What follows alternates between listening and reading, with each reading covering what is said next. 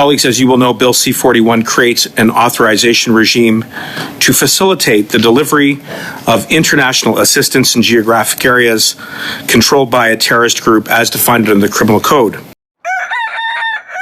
This Guy's Garage. Like and subscribe. Thank you for being here, Minister. Thank you, all of you, for being here and providing your testimony.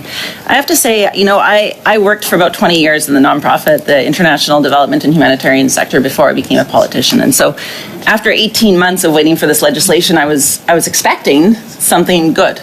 And unfortunately, that's not what I see with C-41. So forgive me, but I will speak with my international development hat somewhat today. You spoke about the balance needed between preventing funding going to terrorists versus helping humanitarian. With all due respect, Minister, you got the balance wrong. You got the balance wrong on this one. And the reason I say this is for a number of different reasons. First of all, we're creating barriers to humanitarian aid. I wrote to you immediately when this legislation came forward, and I didn't get much of a response, but I outlined exactly why this legislation doesn't do what you think this legislation should do. So I have lots of concerns about how it will be implemented, how we are going to take an overstretched and under-resourced Global Affairs Canada to do this work. But ultimately, what this does is it interferes with international humanitarian law. And you talked about the balance. You talked about how this was the best thing you thought could happen. Why do you think the Canadian government felt that this was the best thing to happen when we look at governments like Australia, the EU, New Zealand, Switzerland, the UK, the United States, and they all listened to the experts in their field. They listened to the experts that do this work, that asked for a humanitarian carve-out. Why did Canada choose to not go with the humanitarian carve-out when very clearly other countries did? Other countries that I think we all know exactly what they're doing on the ground, that have respect for humanitarian assistance, have respect for anti-terrorism legislation, but yet Canada's the only one that put barriers up for humanitarian organizations instead of making it easier for them to be on the ground, doing the work, helping Afghans. Well, first, Mr. Chair, and through you to Ms. McPherson, I just want to thank you for your leadership in this space. I know you've been an advocate for many years, and I respect very much the opinions that you bring to this debate. I would say to you that in this bill, we have put forward a Canadian-tailored approach that does achieve the twin pillar objectives of both promoting flexible pathways to offer assistance, and I have enumerated them. And I do think, and I say this respectfully, that a number of organizations that work in the same space that you have advocated in are broadly supportive of this regime. You've put them in a situation, Minister, where they have no option but to be supportive. They waited 18 months for legislation. They're willing to take the crumbs that you've put on the table because you did not come with the right legislation. So they're willing to take the crumbs that you've put forward because that's all you've brought forward. This is bad legislation. Will you be open to amending this legislation to make it stronger? Well, first, I would not characterize the approximate $4 billion that we have put into Afghanistan since 2001 as crumbs, and I think that does a disservice not only to the organization Minister, that serves you know very well that's not what I'm speaking about. What I'm getting at is that we are talking about a program that has been set up with the input and the consultation of organizations that work in the same space that you do, and I take a more, I take a more optimistic view of the consultation and the input that they have provided us. I am not as skeptical as you are that they view this program as being crumbs. I say that respectfully, but I also want to point out some other things. It is precisely because you and many others want to see that help get to the ground that we have to be sure that Canadian funds are not misappropriated. So what you are characterizing right now is as barriers, and I want to hear you out on how we can work through those in this process. I see as potential risks to our national security. I see as risks to the security of the Afghan people. So these are not barriers. Why do you think the U.S., the EU, the UK, Australia, Switzerland, why did they not see that balance the same way you did? Why do you think that Canada is the only country that saw it that way? I say this with respect, but I am not here to defend the position of the United States or any other country. I'm here to articulate the rationale for Bill C-41, and I think that the government has put forward a reasonable and compelling case. A fundamental principle of humanitarian assistance is neutrality and impartiality. It's a fundamental part of human rights law. Of course, you would know that. By getting approval from the Canadian government through the process that you've put forward, do you not worry that that will actually impact organizations' ability to claim impartiality and neutrality? Do you not worry that you're actually going to be putting organizations in danger because you're making them go through this process? I think you're right to articulate the concern, but I also think, looking at the language of this bill, that we are promoting an approach and a regime that gets that balance right. And the reason why I say that is, first, we take advice from the public service. The public service are not partisan, they're not political. I would also just add one last point. Certainly, I will endeavor to exercise the discretion that is afforded to this office in this bill in the best possible way. But in the event that there were any concerns about the way in which that discretion was exercised by me or any successor, there are judicial review mechanisms specifically contemplated by this bill, which affords transparency and accountability. It starts as a politicized process, and anyone can take that politicized process and take it to the next step. The next government may not be as benevolent as you are for humanitarian organizations. Well, I appreciate the benefit of the doubt. I want to continue the discussion that, or the Q&A that Ms. McPherson finished off with.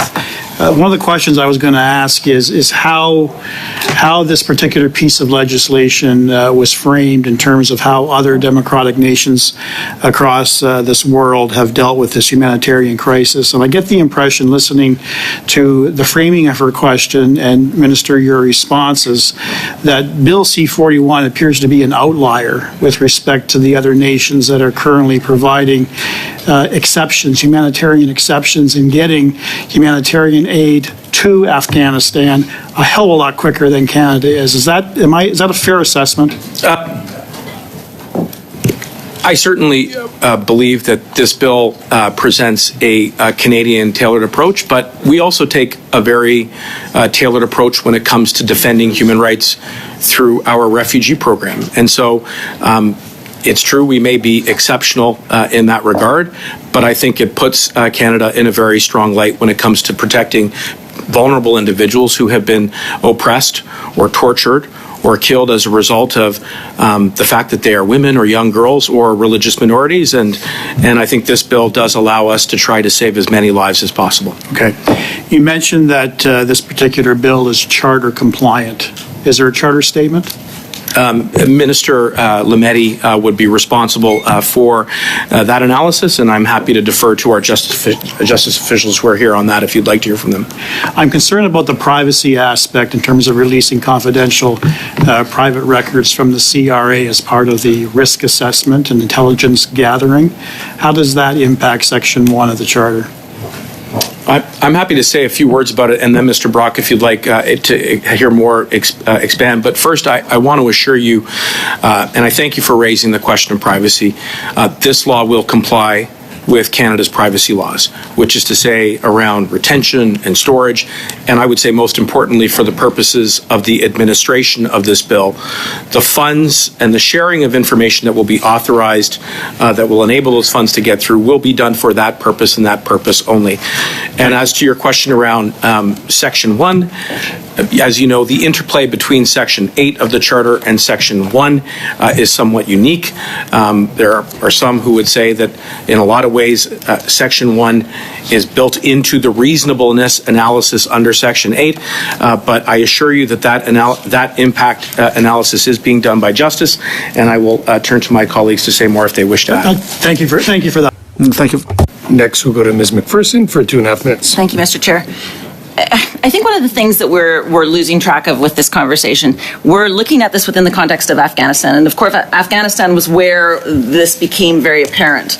But this legislation that you've put forward will have implications as far-reaching as Gaza, Nigeria, Mali, the CAR, Syria, all of these different countries. This is massive legislation change for the international development sector, for the humanitarian sector. I'm not certain, listening to some of the questions I've heard from your colleagues, that they understand that this is not about the aid that you've provided to Afghanistan. This is about changing the way that international and humanitarian organizations are allowed to work in this space. And I have to follow up with what my colleague, Mr. Bernal de Sepp, has said. At this point, this government, Global Affairs Canada, is unable most often to meet their obligations in terms of decision-making on funding announcements, refugee status. This government is not good at making timely decisions. Humanitarian crises happen in places where timely decisions are vitally important. And also, I would just point out that failing to recognize the urgency of that means that the Canadian organizations can't be there. They can't be on the ground doing the work that we need them to do. How can we trust that if this is going through, with all due respect, Minister, I spoke to you, I spoke to Minister Lametti, I spoke to Minister Sejan. Nobody took ownership for this for 18 months. How on earth can I go to the sector, go to representatives from MSF, from World Vision, from so many of the amazing organizations working in this space, and say to them, don't worry, they've never gotten it right, but they're going to get it right this time? Well, we've been engaging with many of those organizations, including Canadian Red Cross and World Vision and many others. And I assure you that everybody at this table and the ministries that are represented here completely share the concerns that you have expressed around urgency. I don't want you to share my concerns. And are prepared. I want you to make the law better. And look, Mr. Chair, through you, to my colleague, Ms. McPherson, we are going to get this law passed. We want to make sure we are responding to the questions that you have raised. And once we do that, our commitment is to provide clear guidelines and to support the organization so that we have in place a system that will get that aid to the people that need it as quickly as possible. Do you worry that this will disproportionately hurt small, medium diaspora organizations that won't have the capacity to go through the hoops that you've now set up? No, because we will work with them as well. We will do so in a way that is impartial and neutral. And Ms. McPherson, you know me, I have an open door policy. If there are organizations we need to reach out to, we will roll up our sleeves and we will do the work and we will get this aid to them as quickly as possible. With all due respect, you're not always going to be the minister. Let's hope for some time yet.